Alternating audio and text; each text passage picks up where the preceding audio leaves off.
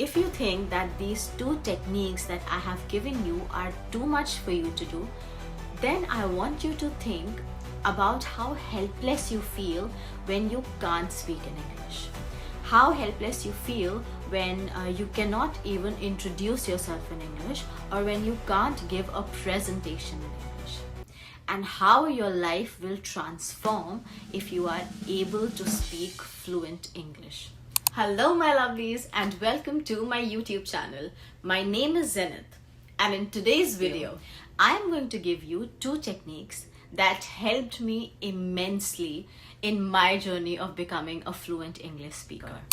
These techniques are absolutely amazing, and if you follow them step by step and exactly as I tell you, then it is definitely going to help you as well. Our first step is to build unconscious knowledge. Now, what do I mean by unconscious knowledge? Unconscious knowledge is basically the ability to do something without conscious thought. For example, you know how you speak your native language? You don't really have to think about what you're going to say, right? Or say when you drive to work or school without consciously thinking about the route. So unconscious knowledge is when you don't really have to think about what you're doing, when you don't have to focus on it. With enough practice, the skill becomes a habit. Now the million-dollar question: how can we acquire unconscious knowledge in English? I'm going to say something controversial here. If you want to acquire unconscious knowledge in English, stop focusing on grammar. Yes, I said it.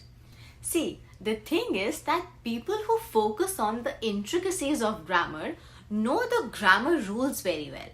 But when it comes to speaking, you don't really get time to think in the real world.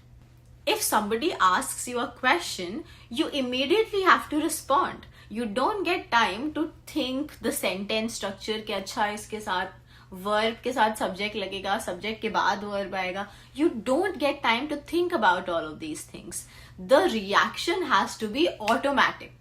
And that is why a lot of people who study grammar and grammar rules are not necessarily fluent English speakers. Now I am going to tell you how you actually can acquire unconscious knowledge in English. The only steps that you have to follow is listening and watching. Now see, you have to watch the dialogues between people. You have to listen to the conversation between people. So what you're going to do is, when you wake up in the morning and you're getting ready for work or to go to school, you are going to play something in the background in English. You don't have to focus on it, just let it play so that your subconscious mind can pick up the expressions and the words and just store it there. Now this advice is for people who say that they don't have a lot of time to practice. See, when you are commuting, when you are going from one place to another, or when you're sitting at home after a long day, having dinner, instead of playing something to entertain yourself in your native language, play something in English. It can be your favorite YouTuber. They have to have good English. That's the only criteria. It can be any sitcom. It can be any talk show. Just you don't even have to focus on all the words. You don't even have to focus on the dialogues, the expressions, and anything. Now, if you are going to ask me how listening without consciously paying attention to it is going to help you learn English, then think about how you learned your native language when you were a kid. How is it that the first words you spoke were in your native language? Like mine were in Hindi, not in French or Spanish. It is because you were listening your parents and the people around you speak to you in that language. As a kid, you were not consciously paying attention and hanging on to each and every word and each and everything they said, but your brain subconsciously registered all the information and stored it there. And that is exactly what will happen with English listening. The reason why the children who grow up in the States speak an American accent, the children who grow up in United Kingdom speak in the British accent, and so on and so forth, is because of listening. So by listening, you don't just grasp the expressions and the vocabulary, you also grasp the accent and the dialect and the voice intonation. And that is why it is crucial to listen and watch. And I am not just saying this, I genuinely used to listen to something in English for 20 minutes at least every day. I just used to put on my earphones whenever I had time and I used to listen to something in English. And that helped me a lot with my accent, my pronunciation, and the expressions. And that in turn helped me in becoming fluent in English. Now, moving on to our second step. Our second technique is output based learning. Yes, listening and watching is what we call input based learning, because that is something our brain is storing. It's the information that our brain is storing inside. That is not enough to speak fluent English. You will know the words, you will know the expressions and everything, but you have to have output based learning in order to become fluent. Now, output based learning means speaking and writing. So what is it that you have to do in output based learning? What I did was, after listening to a podcast or after watching a show or a movie, I used to open the video on my phone and I used to talk to my phone as if it was another person, and I was just explaining the whole thing to it. And if you don't want to talk about anything that you have watched, then you can pick a random topic and talk on it for around 1 to 2 minutes. It can be your favorite food, it can be your least favorite place that you have visited, or any XYZ thing. I made sure to record the whole thing, of course, it was on a video, and I made sure to use the expressions and the words that were coming to my mind.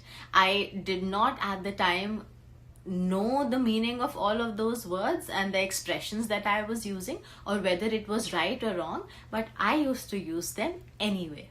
And after that, I used to look it up on Google or in the dictionary back in the day, that what that particular expression or word meant.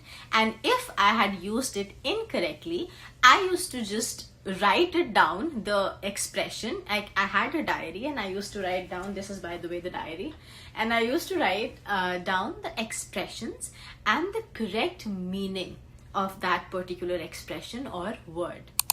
Now, I know that I'm going to get a lot of messages from people saying that if they don't have someone to correct them, then how do they know that they are learning?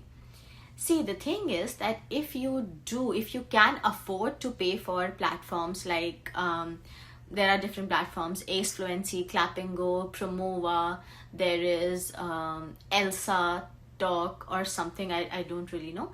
My point is that if you can afford to pay for these platforms, then you should definitely do it.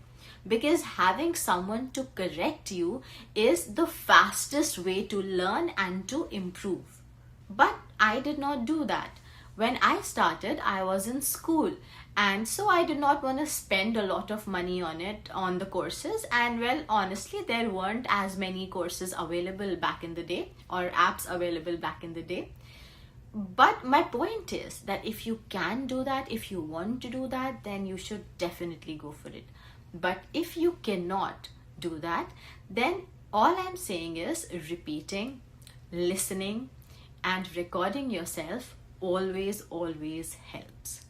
Because see, the thing is that if you listen to something enough, if you're listening to English enough, it is bound to happen that certain words and expressions are going to be repeated, and you're going to pay attention to that over time.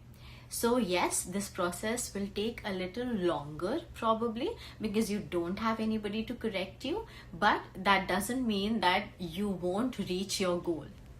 Now, another thing that I used to do that worked really well for me was to observe people around me who had better communication skills. You can observe your manager, you can observe your colleagues, you can observe your teacher, anybody around you when they are talking. You just consciously have to listen to the things that they are saying and pay attention to it. Alright guys, that is it for today's video. Thank you so much for being here. If you liked the video, do give it a thumbs up and subscribe to my channel. Also, you learned something new today and I'm proud of you for that. I'll see you in my next video. Bye!